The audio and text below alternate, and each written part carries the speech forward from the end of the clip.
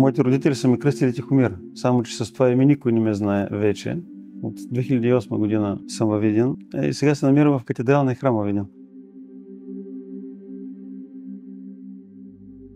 Като много млади хора, и аз съм мечтал за семейство. Като бях на 20 години, тогава повярвах в Бога.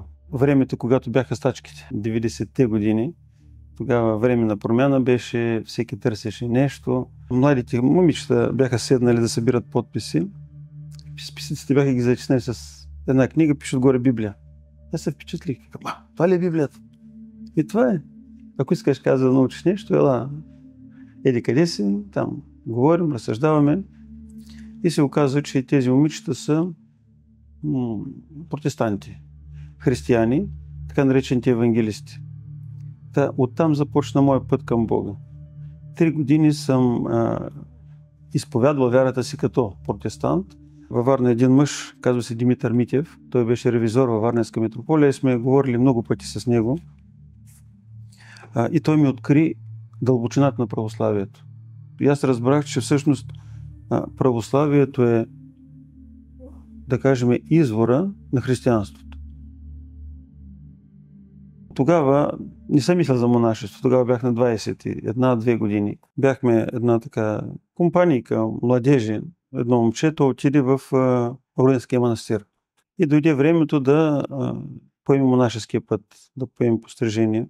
За монаха пострижението е венчавка. Монаха се венчава за църквата, а жената се венчава за Христос, монахинята. Бях впечатлен и си казах, в сърцето си казах, това искам да е за мене. Основното е, че човек се остава същия.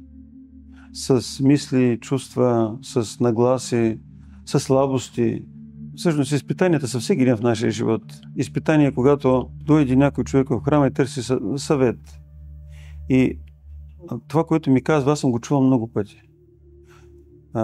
И знам причината на това да е стигнал човека до тук. Но самият човек е със своята нагласа. И той си казва, не, мен ми трябва да ми прочетеш молитва.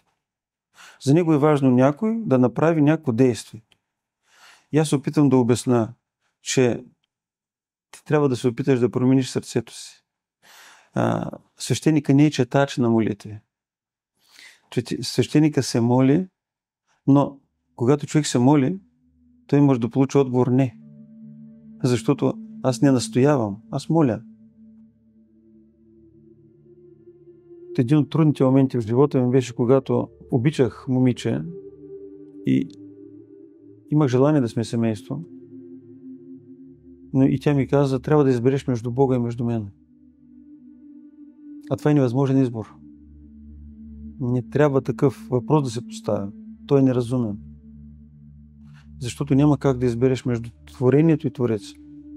Трябваше да избера Бога и да кажа, аз избирам Бога. Но и до днес се уважаваме. Много се уважаваме с тая жена вече. И тя си има дете. Има си професията, работи си. В прекрасни взаимоотношения сме.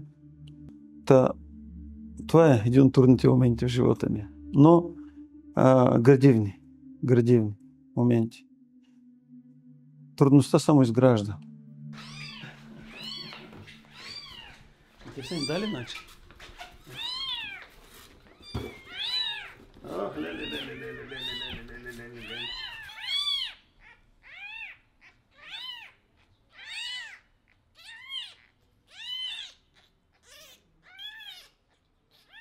Според това, което помня аз за себе си, според това, което са казвали, съм бил тихо дете. Но причината не съм аз.